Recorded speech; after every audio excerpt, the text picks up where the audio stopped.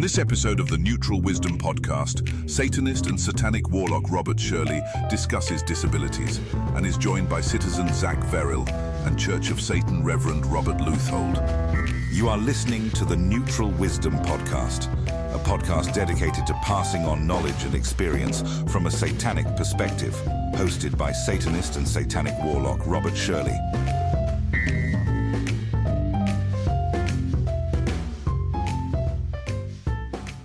Greetings and welcome to the Neutral Wisdom Podcast. I'm your host, Satanist and Satanic Warlock Shirley, and today we're going to be talking about disabilities. I'll be joined later by citizen Zac Verrill and Church of Satan Reverend Leuthold to discuss their experiences. Now, here's a warning for you. I'm going to lay out some stuff which doesn't make me look too great, and although I did come by it honestly, the point of this episode is to demonstrate that everything is a learning moment, and that after many years of ignorance, one can still pick things up from anybody, anywhere, at any time. I'm sure I'm not the only one who's been guilty of what I'm about to outline, but I'm one of the few who is both brave enough to admit it and stupid enough to both publish and broadcast it. Consider yourselves warned. With that being said, I'm always on the lookout for topics which I think would make good shows. As it so happens, one of today's guests restarted an old YouTube channel of his and posted about it on social media.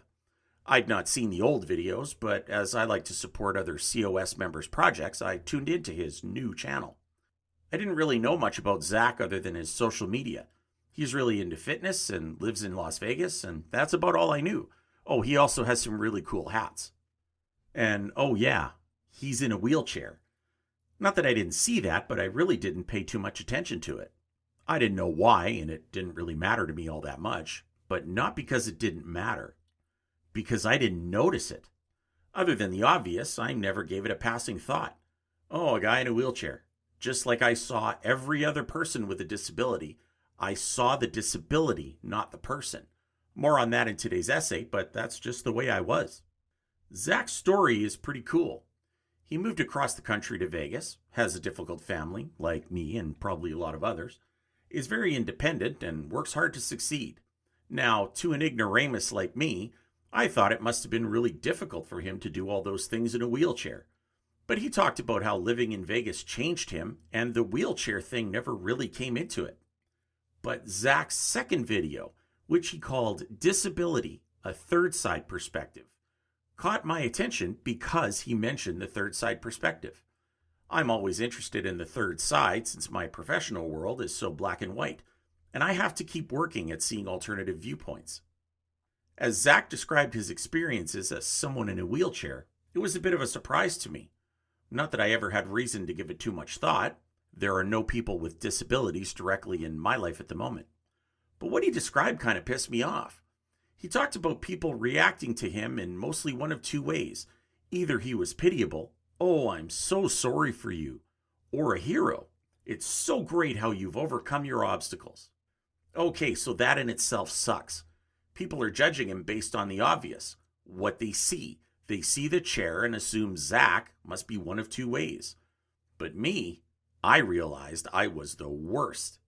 I didn't really see it at all. Like I said before, oh, a guy in a wheelchair. And that was usually about as far as it went. I looked right through it. But then Zac goes further and talks about how some people might think that disabled people shouldn't be able to be Satanists, based on the whole might is right thing. And this for me was the tipping point, I guess. Satanism isn't selective about one's physical person. It's the drive to do better, to be better, and to recognize the self as better. Guys like Zac and COS Reverend Leuthold are perfect examples of what Satanism truly is. And watching Zac's video made me realize that I am the one with issues, not them. Not so much any personal issues, but the fact that I only see the obvious and overlook the person underneath. Again, I really sound like a douchebag, and I was. But until I became aware of what I was doing, I didn't realize I was doing it. I'm very grateful to Zac and to Reverend Leuthold for posting the things they do and kicking me in the ass because I really needed it. I'm going to expand on this in today's essay, then we'll bring on Zac and Reverend Leuthold for more discussion. Today's essay is titled, Wake Up and Look Past the Obvious. One of the best things about the Church of Satan is that I am regularly exposed to people of all types on all levels. Artists, musicians, writers, creatives of all types, martial artists, runners, hockey players, all manners of sports enthusiasts. Some very outgoing and social, some more reserved and private. All of them use Satanism as a guideline or a lifestyle to help them achieve their goals and find success. But in my own current, somewhat ignorant, white bread type of life, I've never really been exposed to anyone who is disabled. I mean, I see people with disabilities on the street and what have you, but there's no one in my family or social circle who has any sort of disability. I don't really have any disabled friends. I don't have to make concessions for anyone whose mobility is limited. In my regular work, I'm required to consider accessibility for people with disabilities, whether it be access to buildings, work environment, or the types of reports required at the end of a project. Growing up, I had a friend with cerebral palsy, but Stanley was just a crippled kid who used crutches. Hey, it was the 70s. I was in kindergarten, and we as kids didn't see Stan as having a disability. We could just run faster than him at recess, which made games of tag just awesome. If I'm being honest, though, these things don't really affect me today, so I haven't really given it too much thought. Sure, I watched the Jerry Lewis telethon when I was a kid, but only because it was on for 24 hours straight and I got to try to stay up all night to watch it, at which I always failed. I didn't have any understanding of Jerry's kids. It was just something that was on the TV every Labor Day weekend, and Jerry Lewis looked like absolute shit at the end of it, I guess because he was up and working for so long. At least that's what I remember about it. But have I given any real passing thought to people with disabilities? Well, no. That doesn't make me an asshole. I do plenty of other things to identify me as one of those. It's just that I haven't had to think too much about it. I think a lot of other folks in my situation would be the same, whether they're willing to admit it or not. But thanks to some people in our organization, things have come to light recently which made me realize that I have no idea about disabilities other than what is obvious. A member of the COS, who himself has cerebral palsy, posted a YouTube video titled Disability, a Third Side Perspective. As I want to support the endeavors of as many COS members as I can, I gave it a watch and was completely taken aback by Zac's content. He identified so many things which are not obvious, and the thing that stuck out the most, to me anyway, was the reaction of so-called normal people to him in his wheelchair. Now, he was only speaking for himself, but I would imagine that this is pretty routine for someone with an obvious disability. The person is either someone to be pitied, "Oh, that's too bad for you, I'm so sorry," or a hero. "It's so awesome how you've overcome your obstacles." And I, being mostly ambivalent about people with disabilities, as I mentioned earlier, was really bothered by that statement. First of all, because I never really go out of my way to acknowledge someone's issues. For example, if someone has anxiety or is on the spectrum, I pretty much treat them like I treat everybody else and not call attention to it. I don't focus on the issue, but the person. Of course, this is done with consideration and respect for the person, and we can work around the issue if we need to. So if I were to meet Zac, I would not talk about his wheelchair. Seems pretty obvious to me. Actually, I'd be more inclined to find out about how he asked out the Vegas showgirl, but Second, what is wrong with people? Why is the obvious all they see, and why do they feel a need to offer their input? Well, I suppose it is mostly because people suck in general, and we shouldn't expect any less. No need to be solipsistic. Third, and worst of all, I never thought of people with disabilities as pitiable or as heroes. In fact, I didn't think much about it at all, but more on that later. Another point made by Zac is that his disability is part of his human experience. It's not his fault for something he did. And despite his reliance on a wheelchair or a mobility device to get around, he's as independent, stubborn, persistent, and opinionated as the next person. But his video did make me realize that I know literally nothing about disabilities or what it's like to live with one. I recalled an article on the COS website written by Reverend Leuthold called The Disabled Satanist, or What to Do When One's Legs Never Quite Worked Right. So I went back and reread it, and I strongly suggest you go read that one for yourself. Both Reverend Leuthold's article and Zac's video made similar references to the fact that some believe that somehow the disabled are unfit to be Satanists, that might is right, or the subjugation of the weak by the strong is the order of the day, and since they have disabilities, they can't rule over anybody. And I could not disagree more. In my humble view, might is right as a term is highly subjective. Yes, the strong will rule over the weak, but I believe the clever will rule the strong. So who actually has the might in that case? These two guys are sharp. In fact, having spoken with Reverend Leuthold and Zac at length, I think either of them could literally dance circles around the average person in a debate. They're both well-informed, very intuitive, very self-aware, and very well-spoken. Reverend Leuthold has given countless interviews on Satanism, and as a COS Reverend is authorized by the organization to do just that. And if you ever choose to engage Reverend Leuthold in a conversation about professional wrestling or music, prepare to be both humbled and educated. Bring beer. PBR is his beverage of choice. Both of these men are constantly achieving their goals and living life to its fullest. To quote Reverend Leuthold in his article, "But if what I've mentioned doesn't embody the quote, 'Victory is the basis of might,' then I'm quite frankly at a loss to say what does." So what's my point? My exposure to Zac's and Reverend Leuthold's work made me realize that I tend to look past people with disabilities, to not really pay them any heed, to dismiss them as the blind guy or the girl in the wheelchair, to see them as a pain in the ass when I'm doing my job because what do we need a ramp for? To classify them as their disability and not as the people they are. It also made me realize that this isn't right and that I have made a huge mistake for most of my adult life when I should have known better. In reality, my reaction when I realized these things was, holy fuck, I am such an asshole. But I digress. I'm very grateful that there are mediums for Zac and Reverend Leuthold to publish articles and videos which made me aware of my errors. I'm also grateful that both are able to express themselves so eloquently and clearly. I'm very fortunate that I've had the opportunity to meet both of these men and to become aware of, or this aspect of at least, my own ignorance. I'm grateful for this learning opportunity and the ability to put it out there for others to see and perhaps wake up to it themselves.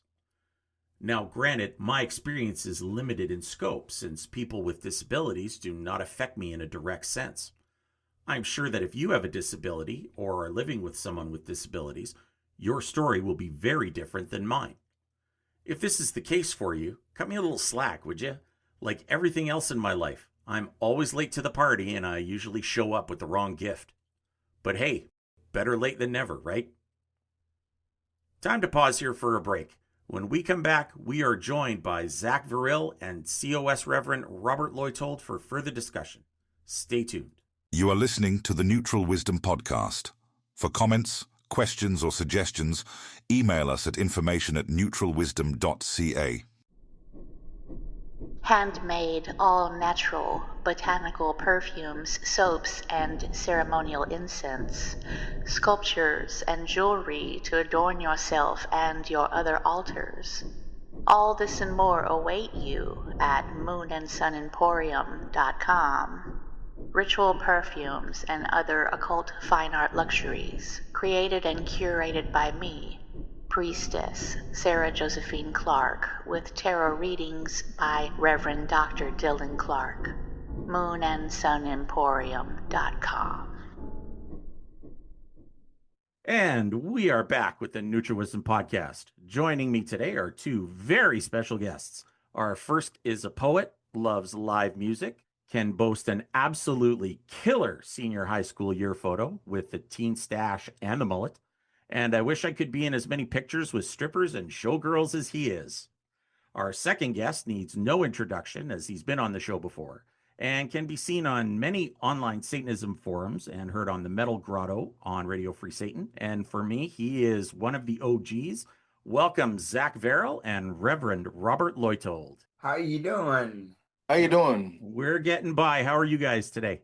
I'm doing pretty good. Just, same old, same old. Trying to stay cool out here in Vegas. I see you're not using your tripod this time. I know that someone had sent you a tripod or a suggestion. Now you've got No, this yeah, I unholy bought halo one. around you from your Yeah, fight a from bunch the of stuff. kitchen. You know, I'm in the kitchen. to Okay, start let me things off move a little bit. in a bit of a body way, Zach and I have the same condition. We both have cerebral palsy. He doesn't need a tripod because when you're a guy and you're in a wheelchair, you have a built-in kickstand. That's right. Oh, That's what. here That's we part go. of it, man. Our dicks are just so huge. I mean, we rival John Holmes. I That's mean, why we're in the chair. that's right. My porn career's taken off, man. That's why I'm This never wearing a is shirt. this is going to be a very rough episode, mostly for me, I think. I was nervous for entirely different reasons. Now I'm just terrified. So maybe we'll just dive right in. And I'm going to start with Zach since he hasn't been on before. So for those of us who haven't seen your soapbox or are not familiar with you, Yeah. just let us know a little bit about you and how you became a Satanist, things along those lines. Well, I'll be 40 years old next month. No kids. Went to college up in Edinburgh, Western Pennsylvania originally. Mercer High School, oddly enough, that's where Trent Reznor went to high school. I went to the same high school as Trent Reznor from Nine Inch Nails. Graduated, did a wheelie across the stage when I got my diploma, went off to college, studied philosophy, ended up moving out to Vegas. And then I've been out here for about 5 years now, living, learning and trying to make life a great indulgence and, just living the best life I can. And you said you So came to the church about 2012. I joined in 2012. I read the Satanic Bible in 2009. And then I practiced and studied, the religion and read the books and everything. And I looked at other things. It was one of them things where until I read the Satanic Bible, I found what I was looking for. You know what I mean? Looking, and then boom, found it. That's what I've been looking for the whole time. So you knew, of course, like the rest of us, that we were different. And I guess the difference is for you would have been more obvious and apparent, first of all, Right, because of your situation, but then you knew right. somewhere in your head, like, hey, I'm different. Yeah, I'm not cut from the same cloth. right. I guess I'll just start with, how I discovered Satanism, and I'll just start from the beginning. When I was about 15, I've been a fan of history, and I love learning and stuff. So I watch a lot of History Channel. This is back when the History Channel still showed history and things that were interesting, and not just American pickers and whatever else they show now. They had Magistra Blanche Barton, who was at the High Priestess at the time. It was like something called Cults or something like that from the year 2000. You can find it, I think, on the Church of Satan YouTube channel, where she's reading from her book, The Church of Satan, and she's kind of going over the, non-satanic statements and things like that. And it intrigued me, and I just kept it in the back of my mind. And then in high school, I had computer access in school. So I'd try to look up Satanism and stuff, but I really couldn't because the filters and things and the blockers on the school computers. So, it always kind of stayed in the back of my mind. And then when I got my own place and moved out on my own, one of the first things I did was there was a Borders bookstore inside my local mall. And I went in the store and I'm thinking, well, it's a Bible, so it'll be in the Bible section with the, Holy Bible, the Quran, the Torah, etc. So I'm back there looking, and I don't see the Satanic Bible. So I go up to the counter and I'm like, ma'am, I'm looking for a specific book. She goes, what book's that? And I'm like, I try to whisper and I'm go, the Satanic Bible? And she's like, don't we have one? And I'm like, I didn't see one back there. And she goes, okay, hold on. So she goes in the back and she comes back with the black book, with the little pink pentagram on it. It says Satanic Bible, Anton Zandor LaVey. She's like, is that it? And I'm like, yeah, I think that's it. So she rings it up. It's like $8 or something like that. And I ran out of that little Borders bookstore like I stole something. And then when I got home, I read that, sat down and read the book cover to cover in one sitting. And like I said, I knew then and there that I was a Satanist, but I just wanted to be sure. It's like, am I just fascinated with something? Is it something new? You know what I mean? And I'm just kind of enamored with it. Is it a flash in the pan, or am I really this what this is? So then I got some of the other books. I got the Satanic Scriptures by Magus Peter H. Gilmore. Then I read the Satanic Rituals, the companion to the Satanic Bible. And then I waited a few years. I did my first Satanic Ritual. One of the first Satanic Rituals I did is I baptized myself using the Satanic Rituals and the baptism ritual in the Satanic Rituals, the one for adults. But I didn't have all the stuff. So oddly enough, I used a Pyrex bowl was like my bell, and I banged a spoon up against a glass bowl to make a sound, to make the sound. So it was like satanic ritual on steroids. And I kind of did my own baptism because in a small town in rural Pennsylvania, where are you going to find a satanic priest to baptize you, and et cetera, et cetera. So you kind of got to make your own way. Then every year for my birthday, I started coming out to Vegas for my birthdays. Where else is a Satanist going to go but Sin City, right? And, of course, your birthday is your own highest holiday in Satanism. So I'd always come out here, go to shows, go to dinners, have a good old time, gamble a little bit, do what I want to do. And then, see, that's the thing is out here, it's so much more handicap accessible, 24-hour transportation, handicap cabs, all the buses at the corner have the wheelchair lift on it. So I got tired of kind of coming out here and being able to live life and then going back to rural Pennsylvania where all that stuff kind of doesn't exist because it's not a big city, so it doesn't have the infrastructure. Eventually, I just bite the bullet and kind of put in applications to move out here, things like that. And then, the rest is history. I had some serious trouble, when I first moved out here, finding my footing and finding my feet. But I've pretty much found my feet these days, and I make it work. It has its good and its bad, and I just do what I can and live my best life. Rob is over there on that side, smirking away as he's slowly getting drunk.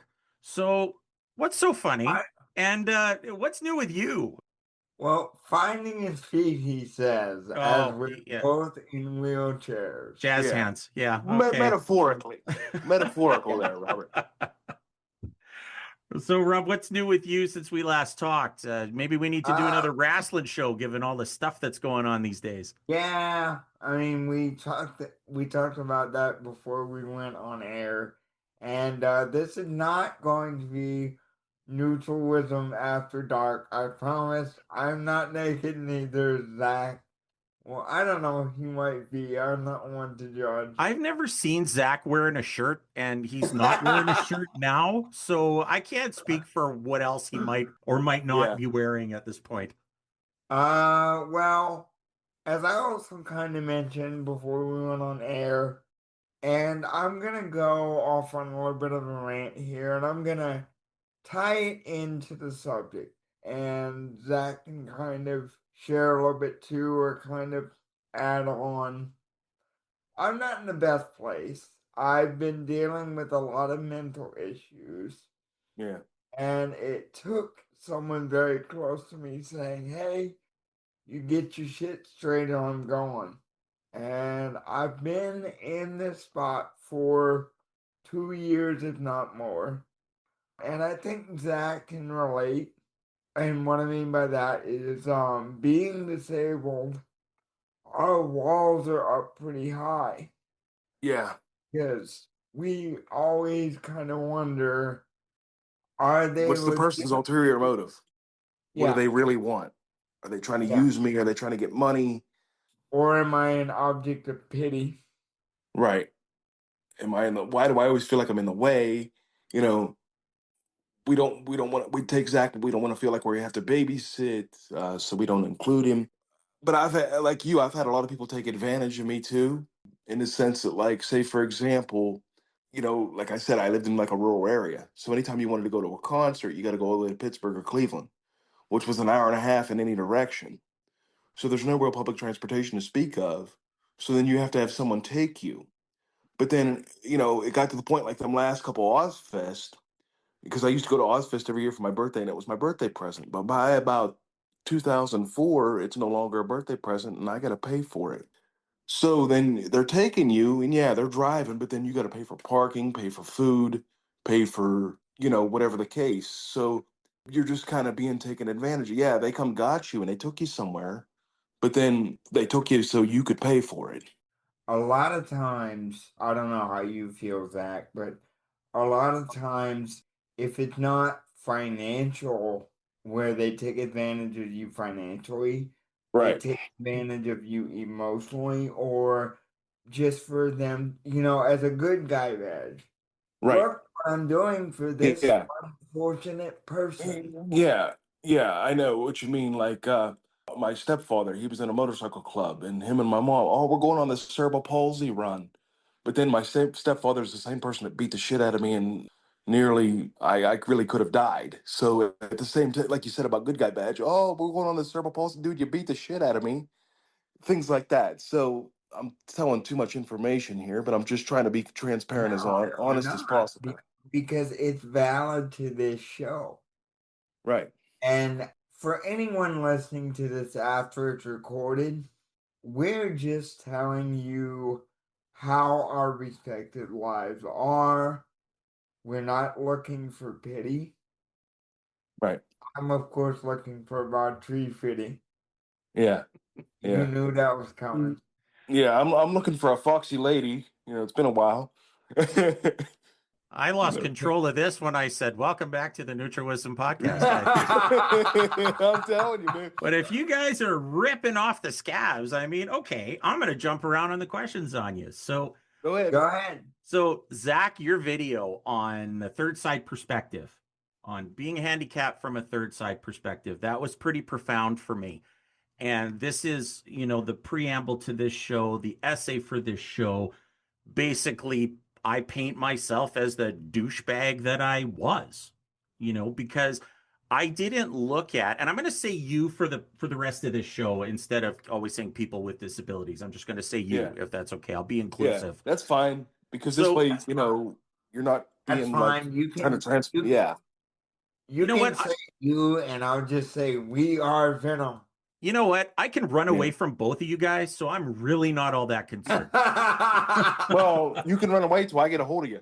You're not going to get away one day. Exactly, yeah. Hey, at least one of us in this show can walk. Yeah. Oh boy. Yeah. Okay. We're gonna come back to that too. But anyway, the way that I looked at you, but the thing is, I only saw the disability. Like I never saw the person. I only saw the chair. Yeah. Like I only saw the blind guy or the deaf girl or the guy in the wheelchair. So Yeah. for you guys, do you find that this happens a lot? Or am I Oh, like the supreme asshole here for no. That happens a lot, particularly like in small towns, like in Western Pennsylvania, where I grew up. I was the guy in the wheelchair. You'd say Zac Verrill, and people don't even know who you're. Then you go, oh, that guy in a wheelchair. Oh yeah, and then they know who I am. Or like say in a small town, when every time you meet somebody new, you got to explain to them why you're different. And it's the first question, you know what I mean? Whereas out here in the big city, I don't get asked that hardly anywhere near as much as to why I'm in a wheelchair, or anything like that. People just come up and start talking to me. Like the other day, I was walking around my neighborhood and I saw two cops arresting somebody. But even the cops stopped and, that were arresting somebody, they stopped and they go, "Hey, dude, what's up?" And I'm like, "Oh, not much." And I just kept on walking. It's not a big deal out here. I'm more, growing up, it's like you're just tolerated and not really accepted.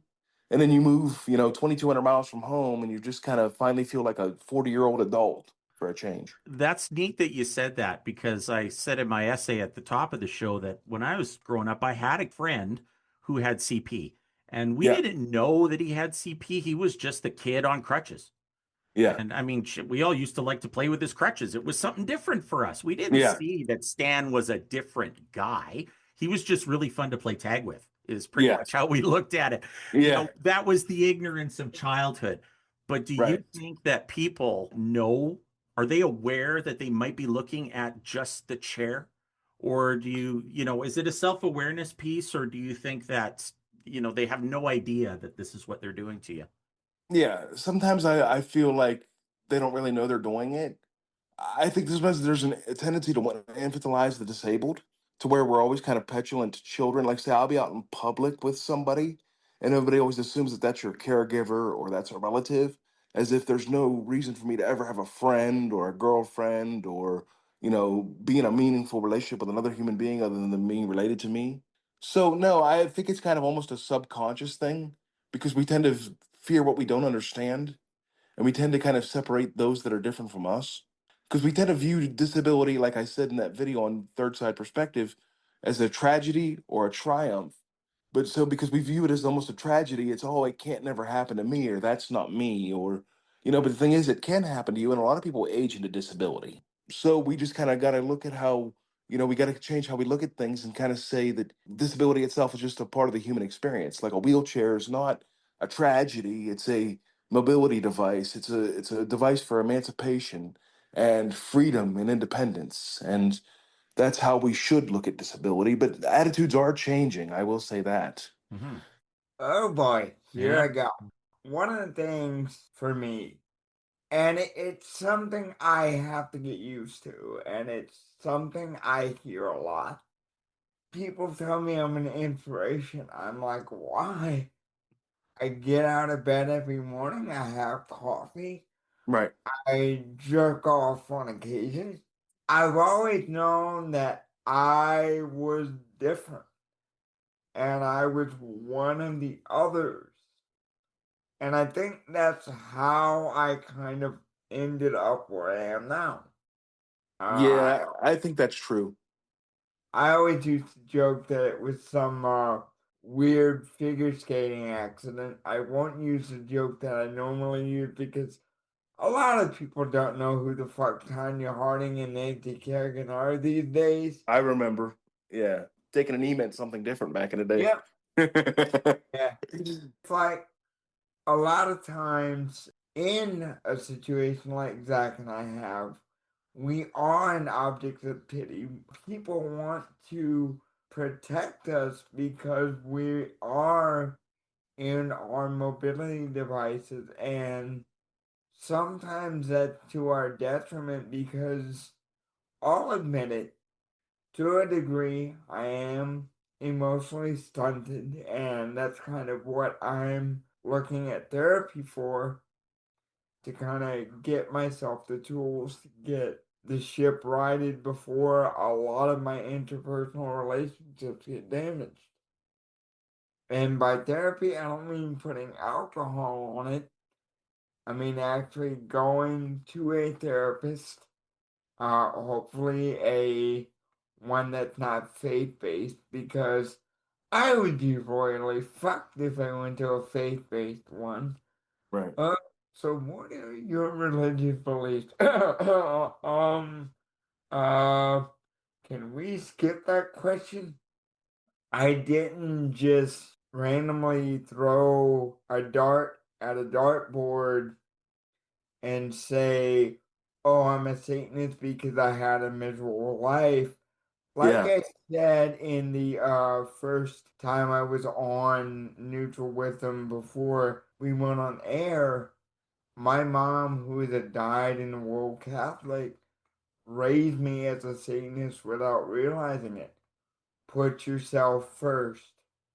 Take Help care of yourself. yourself. The Lord helps those who help themselves. You And know, yeah. don't take shit. She was giving me all of these, what I found out were satanic tips without realizing it. And here I am today.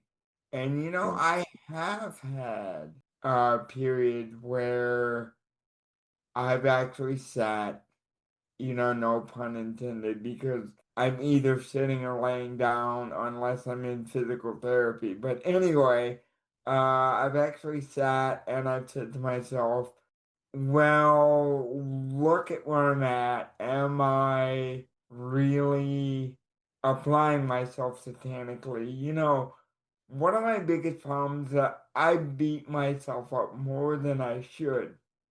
And yes, this is me being more serious than what I think a lot of people are used to, but fuck it, it goes with the show. So it's hard because one of the things that I struggle with is I sometimes forget that it's okay to show my loved ones and those I care for emotions. And by emotions, I don't mean just lust or anger. I mean the full gamut of emotions. And it's difficult for me because, and I'm sure Zach can relate, I've had my emotions used against Right. by people that claim to care. Yeah. I've had that happen. I'll give you an example. Again, I'm being real personal here. So, but like my mom, when I turned 18, for some reason, my Social Security disability never transferred over to my own name, and my mom was still my payee. And one of the reasons and one of the things she used to use against me was if you get your own Social Security and you live with grandma, grandma's going to lose her Medicare and Medicaid coverage, and grandma that'll mess with grandma's stuff because it's another source of income. So you almost like let mom take advantage of you because mom knows you love grandma. Mom knows that grandma kind of raised you. So, oh, tell him that, grandma will lose her stuff. It turns out none of that was true, but I believed it because, two incomes. But then it's like if a husband and wife both are elderly and they're collecting retirement, what's the difference? So then I went and asked and found out that wasn't true. Then I had to go to my doctor, and my doctor's like, this wasn't already done. And I'm like, no.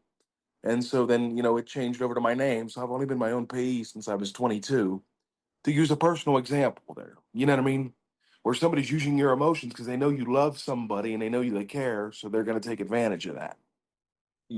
And without getting too much into the political side of things, for those listening that may not follow me or Zach on social media, and why the fuck wouldn't you? We're awesome. Just saying. What I think a lot of people don't realize is we are on Social Security and Medicaid, Medicare. Right. So basically, with Social Security, we are only allowed I think $2,000. $2,000 in assets. Right. So we are basically forced to stay at the poverty line. So that should blow the whole idea of Satanists being rich out of the water. We cannot have more than that in our name. I've got Medicaid, Medicare, so my stuff is covered. However, we don't have it easy just No. because of that. Because there's always going to be the prevalent stigma of, oh, you're disabled, oh, you're a welfare case. Yeah, you get everything. You get everything for Fuck free. you for that. Everything's free. You go to college for free, which no, I didn't. You know what I mean? I know. Well, you're disabled. You're disabled. So what? I like how this has kind of evolved. So you're talking about that. You're saying, well, you're disabled, you get everything for free. Or the one thing that I really keyed in on is you said, oh, well, I'm not allowed to have personal relationships with other people, which is really surprising to me. But I'm really surprised by a lot of the things I'm hearing from you guys. One of the things that I did want to ask is, do you guys have to fight any stereotypes or notions about yourselves when people first see you? And as All the Satanists, time. how do you All deal the with time. them? And do you ever get mad at people's preconceived notions, or do you ever get tired of dealing with that kind of bullshit? This ties into what necessitated my writing The Disabled Satanist. Because for years and years and years, I'd heard, you can't be a Satanist, you're not an example of might is right, you're disabled, blah, blah, blah. I was like, well, fuck this, I'm gonna do it anyway. My former publisher, who is a very good friend of mine, Priestess Hydra Morningstar, said, it's about time you wrote it, someone had to. Right. And I've been saying I'm going to do an addendum, and I went to Zach a couple weeks ago. Might have been last week, might have been the Yeah, it week. was last week. I've been talking about doing an expansion or an addendum to the original essay because one of the things I always deal with, and of course, everyone makes fun of Reddit. I'm on there, it's a cesspool. I am all for a person practicing their own version of eugenics. I Right. decided many years ago, because of my situation, that I don't want to have kids. I'm not going to castrate myself because of that, because I like my balls, they're okay, and I won't be transitioning either because I'd be an ugly woman. But anyway, Well, but I must say, as a man, you're a pretty handsome devil there, Rob. well, thank you. Please keep stroking my ego. All right. Ego. Let's go with ego, please. Yeah. Anyway, the thing was, oh, you're fascist adjacent because you favor eugenics. Fuck you. I'm not saying a race needs to be castrated. I'm just saying I choose not to contribute to the problems society's facing. And I'll put it on the line right here, right now. I feel that as a disabled man, leaving Satanism out of the equation, I feel that it would be unfair to a partner to have a child with them and have them not only take care of me but the child. So that's why I have chosen not to have children. And if I can interrupt a little bit, one of the things I said to you was, well, we all practice eugenics in some way. If you take birth control, that's a form of eugenics. So what we're talking about really is selective breeding. So a condom is, kind of selective breeding. We all use selective because we decide to fuck this person and not that person, et cetera, et cetera. So in a way, we all kind of practice it in one way or another. And yes, I understand it. And again, this is a good sidebar. The Church of Satan has a policy on politics for a reason. We are not a fascist Nazi organization. None of that. But Right. better or worse, and yes, it is unfortunate because the Nazis used eugenics on the Jews and who they viewed as undesirables, and society is intrinsically linked eugenics to Nazism. It had become a bad word. It had become a forbidden word, but a Satanist needs to play to their strengths, and they also need to be aware enough as to Of their what their shortcomings and weaknesses weaknesses. are. I'm not just necessarily talking about a flight of stairs here, but Well, how is being a Satanist help you guys out? So I know, Rob, you've said many times in your articles and online that you draw your strength from the religion. And obviously, you've done that successfully because now you're authorized to speak on behalf of the religion. And Zach, I know that Vegas has changed you, and I get a Right. lot of satanic vibes from you as well. You're very, very Yeah. well spoken, very well educated, very well read. So, is there anything specific from Satanism that has helped you out, Um, especially moving to Vegas? I guess I could say that the biggest thing I draw from Satanism is the way I live my Satanism. I recorded a video the other day about living my Satanism. It's not out yet, but it'll be out for the Soapbox, my YouTube channel. I would say I live my Satanism through independence. I would say one of the biggest stereotypes I've faced is the bigotry of low expectations. You'll never live on your own. I was never expected to be much. Going to school, it's like they automatically want to put you in like the special education class. Then when they put you with the normal kids, you're beating the normal kids. You know what I mean? Stuff like that. Like people have a bigotry of low expectations, but then you're doing your classmates' homework and they're able-bodied or they're copying off you, that sort of thing. So the biggest thing I take from Satanism is the independence, and I know I can do anything that I want to do. No matter what it is, no matter how high the bar is, I know I can reach it if I just keep working at it and keep trying. As Magus Gilmore's fond of saying, Satanism is a tool, not a cause.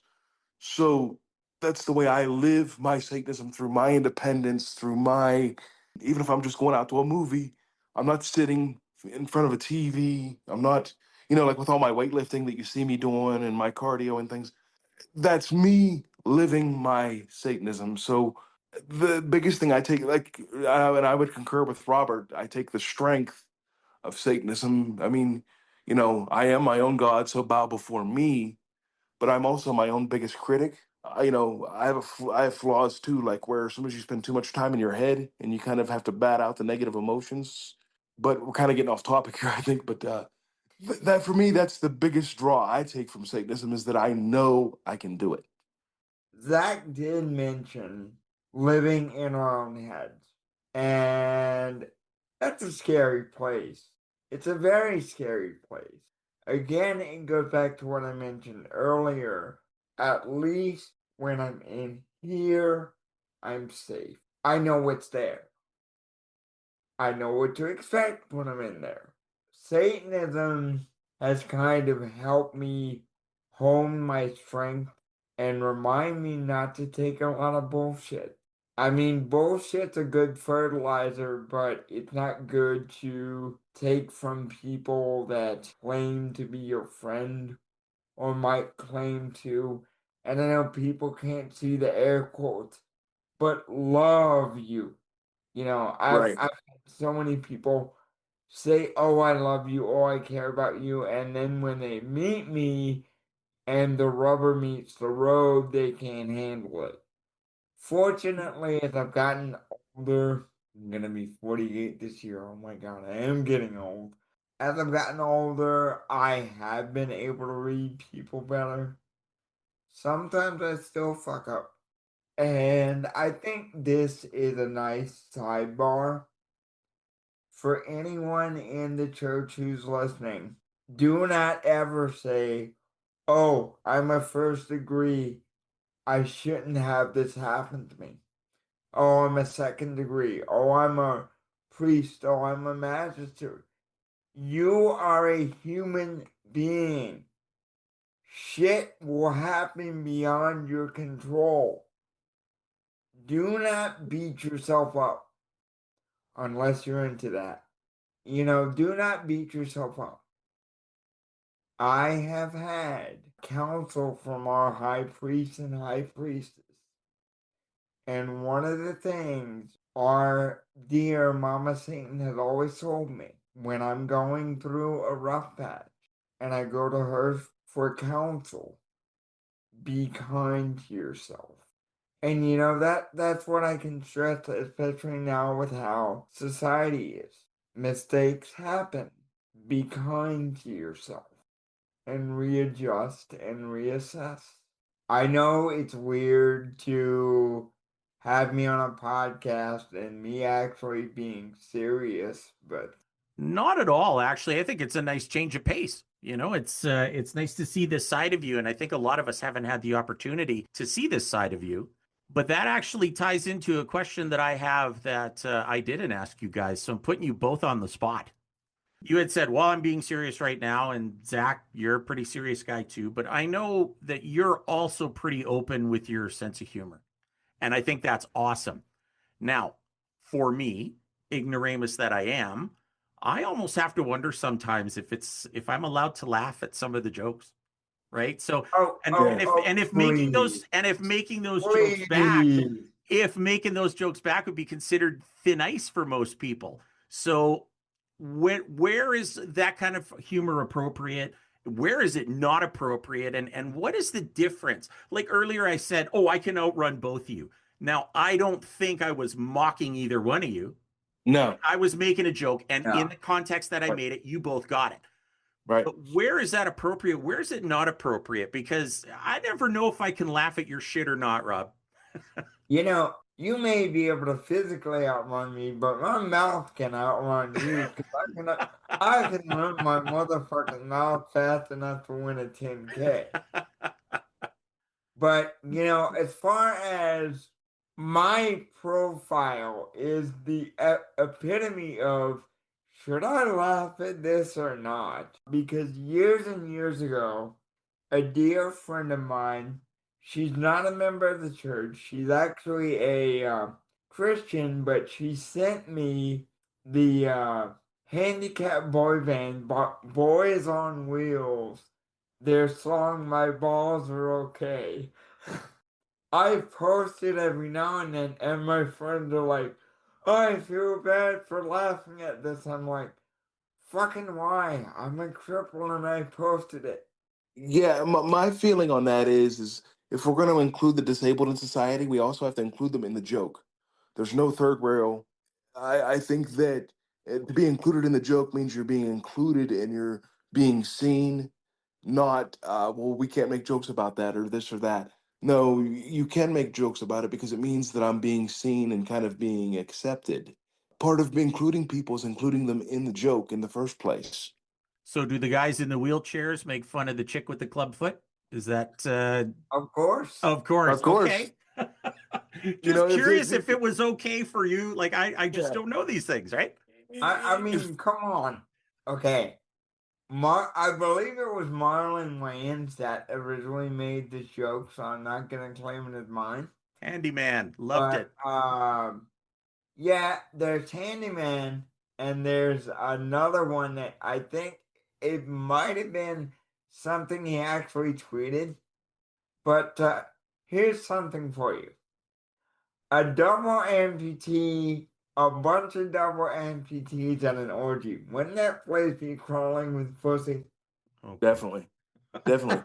And if chicks with big boobs work at Hooters, where do the chicks with one leg work? IHOP. Oh no. Again, I lost control of this one a long time ago. Well, I can't, like, seriously, listening to you guys talk, I am open about the fact that I have been ignorant in my life, that I have been, looking through the people to see the disability. Listening to you guys, I can't believe that there are shitbags out there that would take advantage of you because they want you to Yeah, pay for things. Like, I'm yeah, a misanthrope for a reason, and you're just giving me right. more fuel for the fire. Like, are Yeah, people that shitty? Really? yeah. Oh shit. I mean, being disabled, living in my own head, seeing people who are supposed to be assisting me, helping me meet my needs. You want to talk about misanthropia? And people don't listen to me and they wonder why I get pissed off and yell at them. Well, and then like in my case, what I always say, see, this is why I always move. Or this is why I moved all the way out to Vegas, 2,200 miles from home, all by myself, because I feel like I'm better off. Now, if I needed a caregiver like you do, Rob, it might be a different story. But thankfully, I'm able to be independent enough to where I don't have a caregiver or nothing like that. So I can kind of do whatever I want.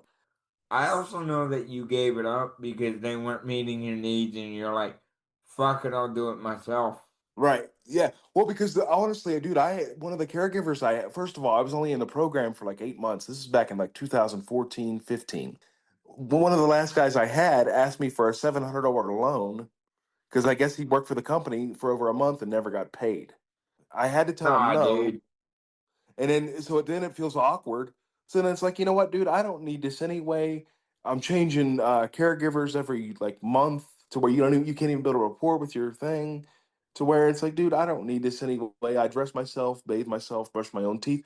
That's kind of what that's for. It's an alternative to kind of keep you out of a nursing home, but I'm not, yeah, I don't need that level of care, so to speak. Number one, they should have never asked, and the company should have handled that. This is not a pity poor me thing, but this does tie into Satanism, so I'll go with it. The reason I joined back in 2012 is I got back pay from Social Security. I was stupid enough to trust my caregivers with my debit card. You see Yeah. where this is going, right? Yeah, I see where that's going. Around the time everything happened, I ended up spraining my shoulder, and I promise it was not a chronic masturbation accident. Yeah. I swear.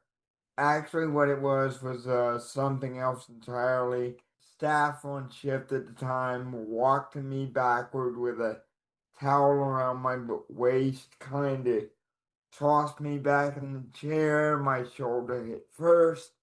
I ended up with a severe sprain.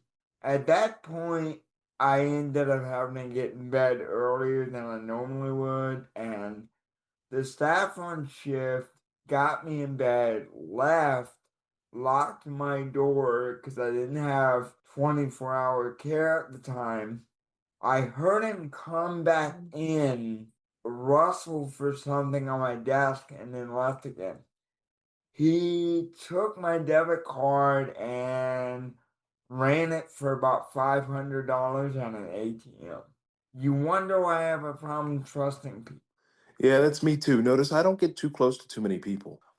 We've been friends on Facebook and shit a long time. You don't really see me around too many people. I tend to fly solo for that. Right. That's one of the reasons. And I'm gonna say this right now, and this is to my Facebook friends that may be listening, to people that want to connect with me, or people that have known me for years.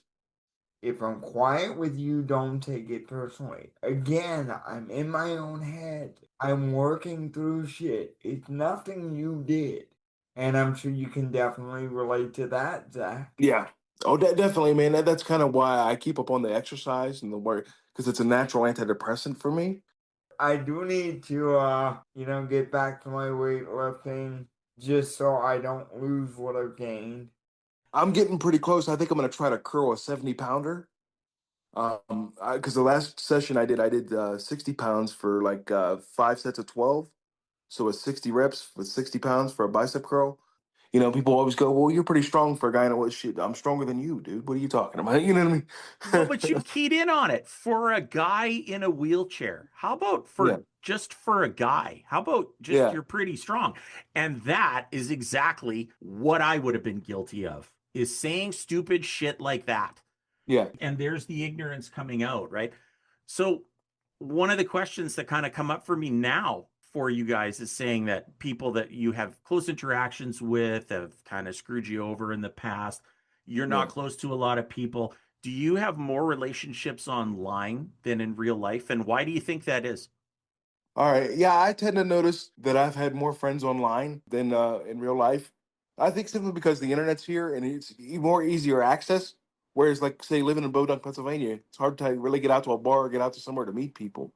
Like I said, the internet's more of a just a convenience thing that tends to be where you meet people. But you can meet people that use you online too. Maybe not use you for money, but I had a friend that was my friend for years, and I think he was just my friend because he wanted a Satanist friend, kind of like them satanic friend collectors on Facebook, where they want a Satanist friend to learn about Satanism, and then as soon as they're done learning about their religion or their this or that, they don't need that friend anymore. You know what I mean? So sometimes like people use Those me types for are cringeworthy. but a lot of times you don't really realize that this person's using you until it's too late or until the friendship's over. Because as soon as they don't need you anymore, you're stupid. You're like they don't. You've been replaced. When you were their best friend, you could do no wrong. And that's why I always say there's a typo negative song for that. Yeah, That's why I listen to typo negative a lot. And that also ties into, and a lot of people are like, why are you doing this? It's tearing yourself down. I use a lot of self-depreciating humor yeah, to get through my day. And yeah. yeah, I may make my share of dick jokes, I but use I use a lot of dick and pussy humor too. I think a lot of times people think I'm a perv, but I sexual healing. am. Yeah, I am. I admit that I am. yeah. Well, I mean, I think we're all pervert fetishists in one way or another. We just some of us just choose not to admit it. And I think I don't know. I think it's kind of evidence of a satanic age. You know what I mean? To where like the person that's not that's the vanilla is kind of the exception rather than the rule, so to speak. One thing that really gets me, and this is about as good of a time as any. All three of us are in a group called Once Again That Isn't Satanism, Yeah, where we mock examples of what Satanism isn't. And for better or worse, I'm an admin in that group. And a few months ago, Kevin Slaughter released the essay about Midas right and plagiarism.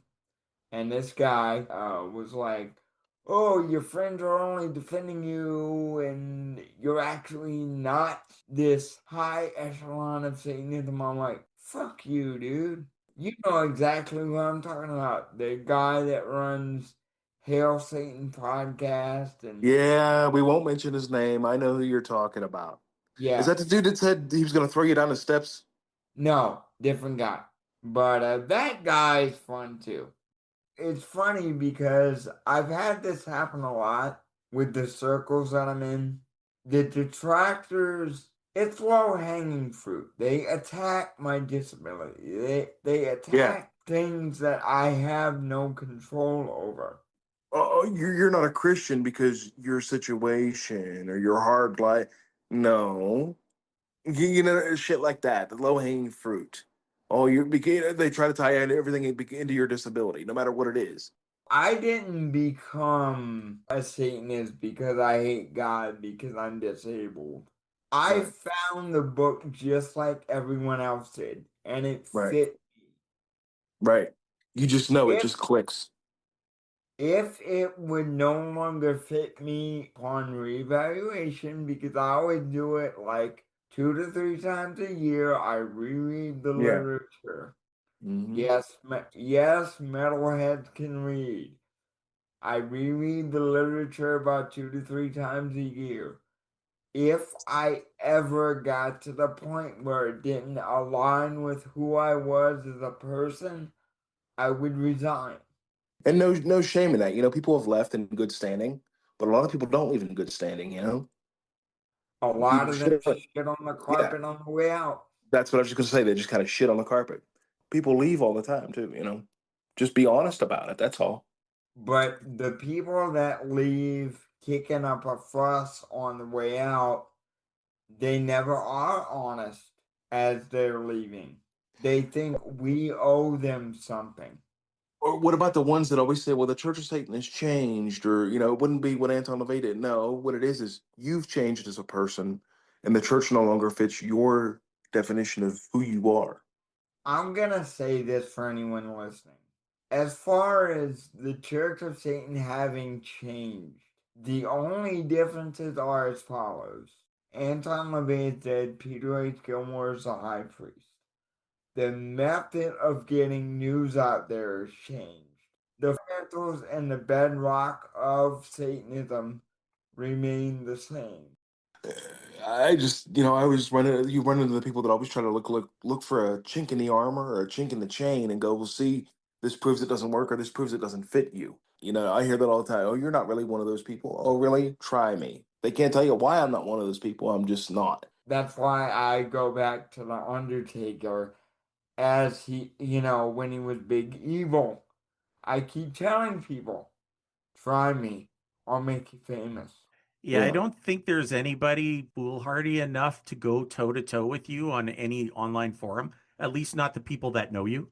I certainly wouldn't do it. I'm not going to pick that hill to die on, that's for sure.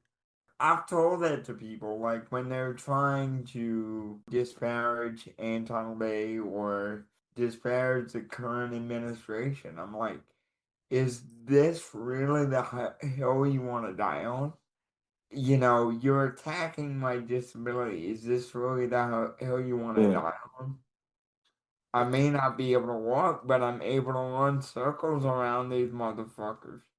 Yeah, I find that too. And then when you do beat them and the force of their argument fails, then they really get pissed off. I It's just And can't. I'm gonna be honest, even though I've dealt with this since I was 17 years old, a lot of times I try not to let it get to me. When they hit the low hanging fruit, when they attack my disability, yeah, it you know stinks. you won the argument as soon as they start talking about, well, you're in a wheel, disability, that Yeah, you but won. it Yeah. stings regardless. I can't believe there are people out there that do that. And I think mostly because, so Ms. Wiz and I have always had this long-standing agreement, unspoken agreement. But if we're having an argument, we don't go for the low-hanging fruit. We don't call each other names when we're arguing. And Yeah. it blows me away that people are going to go for something like that. It just seems really stupid to me. And this Yeah. happens a lot with you guys. Yeah. Yeah. I'm not gonna mention names, but an ex of mine, years and years ago, around the time of the 50th, I've told very few people this. I don't want it edited out, and I don't want your pity, but I know both of you gentlemen are gonna cringe at this. We met, we just finished fucking, because there weren't no making love with this. It was fucking, okay? Yeah. She's like, "Do you ever feel trapped in your body?" And I'm like, "Well, sometimes."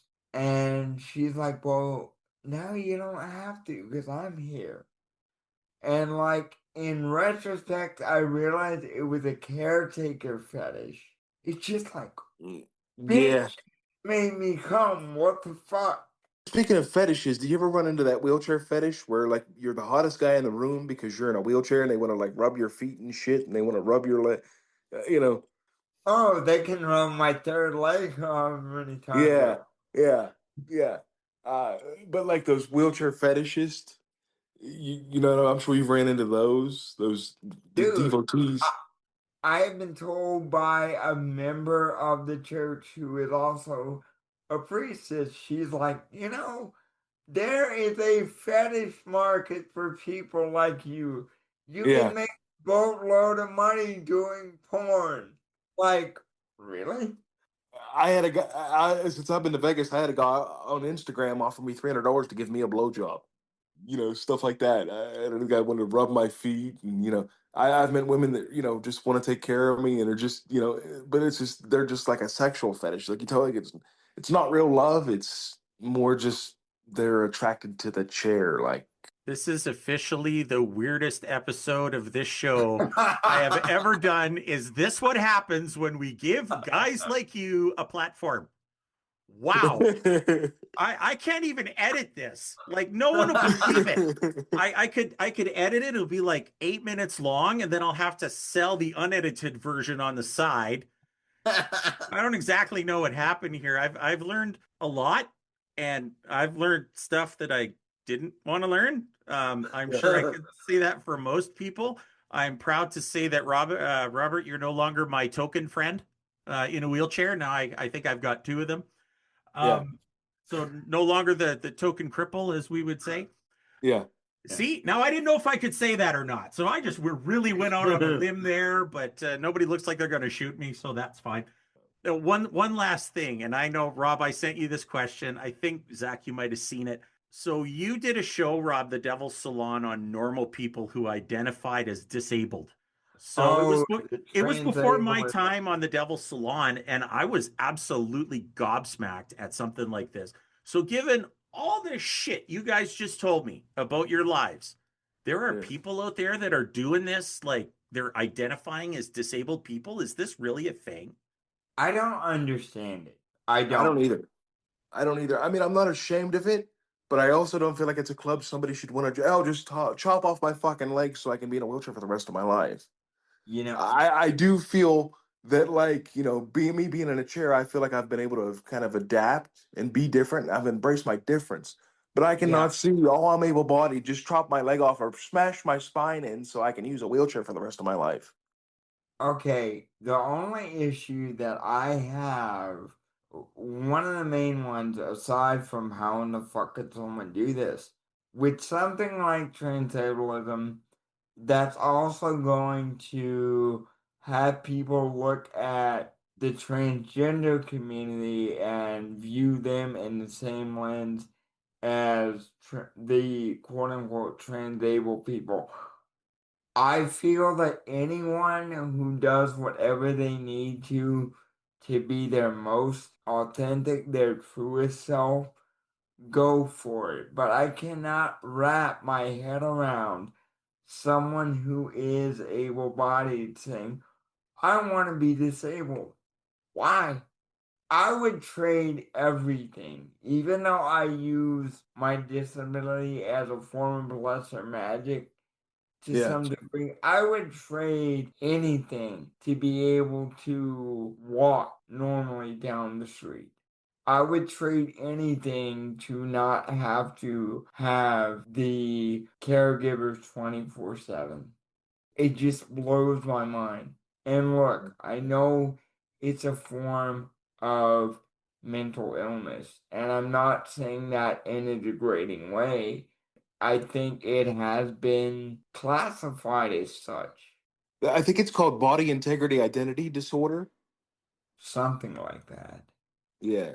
I know it's not body dysmorphia because that's a whole thing entirely. And again, ladies and gentlemen, we are recording this on June 1st, the very beginning of Pride Month.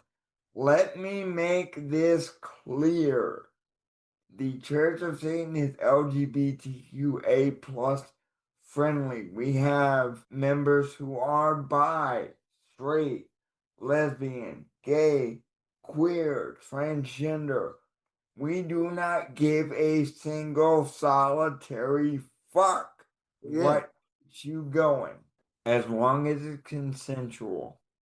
Let me also add on, if you're asexual, that's fine too. Right. Because, ladies and gentlemen, wolf, wolf, wolf means no. Oh boy. Okay. Well, I'm gonna try and wrap this up here and go hide in a corner in the fetal position and cry for a good 20 minutes. I don't know if this is a good idea or not, but anything else, either one of you two yahoos wants to contribute. Rob, I want to know about your physical therapy. I know you've been getting to a certain angle with the standing. Is how's that coming along for you? And Zach, what's going on with you these days? Well, Uh, I restarted my soapbox. Before it was just on Facebook. Now it's a YouTube channel. I've restarted that. You can find me at Zach Soapbox. It's just the name of my YouTube channel, and it's my profile picture. I'm just using my bald head and myself at the moment. But I release a new video every Friday. I just do my weightlifting, I do my exercise, and then I go to the movies a lot, and sometimes I write something or like some poetry, something like that. Just day to day living, and sometimes that's a victory in and of itself. We got to look you up when we come to Vegas. Maybe you'll show us the Vegas that the tourists don't get to see. Right on, man. oh, you know he'll bring you to the strip clubs. Well, Yeah. he's got an in. Have you seen his pictures? Like, there's Yeah. so much. Well, Wow. it's because the singer and the girl in Fantasy, she's a friend of mine, and she comps my tickets. So every couple months, I go down and see the show and grab dinner and play tours for a night on the strip. I'm doing this So wrong. I'm doing yeah. this wrong. I should have started talking to him a long time ago. You know, honestly, and here's something else. The Godfather lives in Vegas. And you Yeah, know, Charles he's Wright. not whole train. Yeah.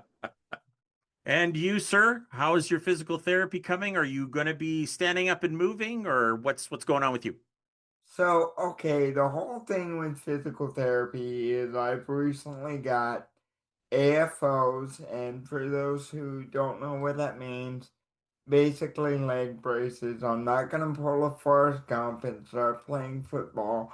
Basically, what's going on, and this is gonna kind of be explaining my physical side. With my legs, my tendons in my feet are so weak that when I go to stand without my braces, my ankles almost completely roll. So I was concerned that one of these days, if I did it without braces or something to block my legs, I'd end up snapping my ankles when I went to transfer. I am doing standing exercises and physical therapy at least once a week. For the other days, I'm in the standing frame that they have, and I'm at full extension in the standing frame, or I was until I started using the AFOs because it's not as comfortable. But my goal is to be able to do a standing transfer and taking a couple of steps. I'm not looking to run a 5K or 10K or Right. have X amount of steps, but if I can get a couple of steps in before I transfer, so much the better. If I can't, whatever works. Mm-hmm. Yeah. Congratulations. It's a lot of hard work, man. I mean, I had a goal I was working towards. Like a year ago, one of my goals was to be able to close a Captain's of Crush #2 gripper, which is listed at 195 pounds, which is about 88.45 kilos. And I can close that now. And I've been working on a 2.5, which 2.5 is 237.5 pounds, the Captain's of Crush gripper.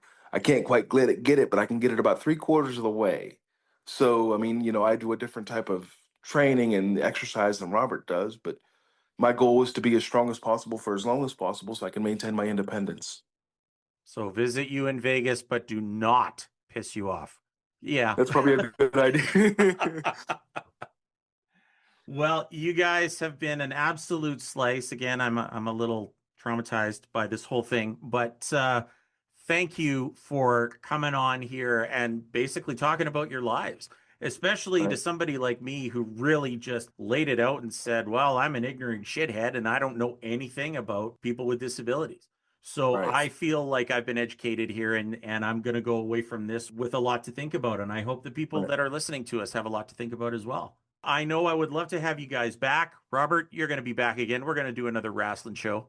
I mean, and yeah, I know it was a crash course for you, and you were like, oh my God, are they really saying these things? Yes, we were. Well, I mean, but, do you forgive me for being an ignorant shithead? Yeah. Okay, see, then thank you very much. I'm going to take that on behalf of all Ignorance disabled can people.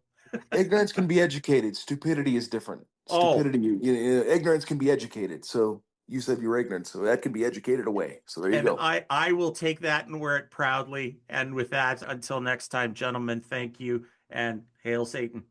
Hail Satan. Hail Satan. And that's going to wrap it up for this episode of the Neutral Wisdom Podcast. I'd like to thank all of you for listening, and a huge thank you to our guests and all of you for joining us today. Please drop a like or comment down below. For questions or comments, you can email me directly at information@neutralwisdom.ca. You can listen to us on YouTube, Spotify, Apple Podcast, Google Podcast, and anywhere else you get your podcasts. A like and subscribe go a long way in getting this podcast out there. Check me out on Facebook under Robert Shirley, and check out Instagram at neutral_wisdom. And be sure to visit the website at neutralwisdom.ca. And don't forget, Neutral Wisdom, Contemplations of a Satanic Warlock, now available at Amazon in paperback, hardcover, and Kindle formats. Until next time, ever forward.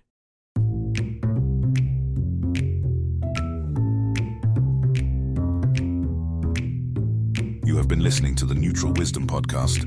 For more information, email us at information.neutralwisdom.ca, Facebook under Robert Shirley, or Instagram at neutral_wisdom.